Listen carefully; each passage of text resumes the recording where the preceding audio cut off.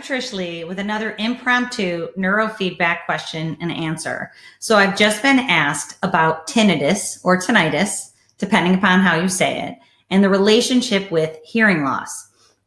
Okay, so what the science shows that indeed ringing in the ears and hearing loss are associated or correlated and often happen either together or one after the other. But that being said, it also has not been shown that there is a causal factor between the two. So having tinnitus doesn't cause a hearing loss and vice versa. But let me tell you what usually happens. So neuroplasticity suggests that if someone has a hearing loss and the hairs in their ear are not processing the auditory signal properly, so there's a hearing loss at the level of the ear, as that signal is sent to the auditory cortex in the brain, that signal is not received properly, and there is a hiccup in the processing of the auditory information. What also has been shown is that some people inherently are using a brain pattern that is not processing the auditory signal at the level of the brain without there being any injury or implication at the level of the ear.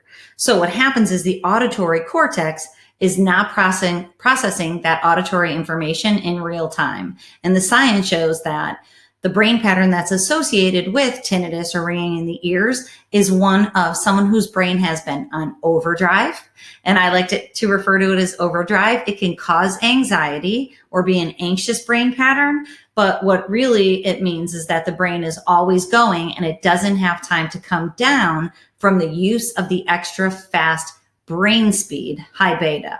What happens then is that that brain that is in overdrive will get stressed out and that system will be taxed and the brain basically burns out and it starts using excessive extra slow speed.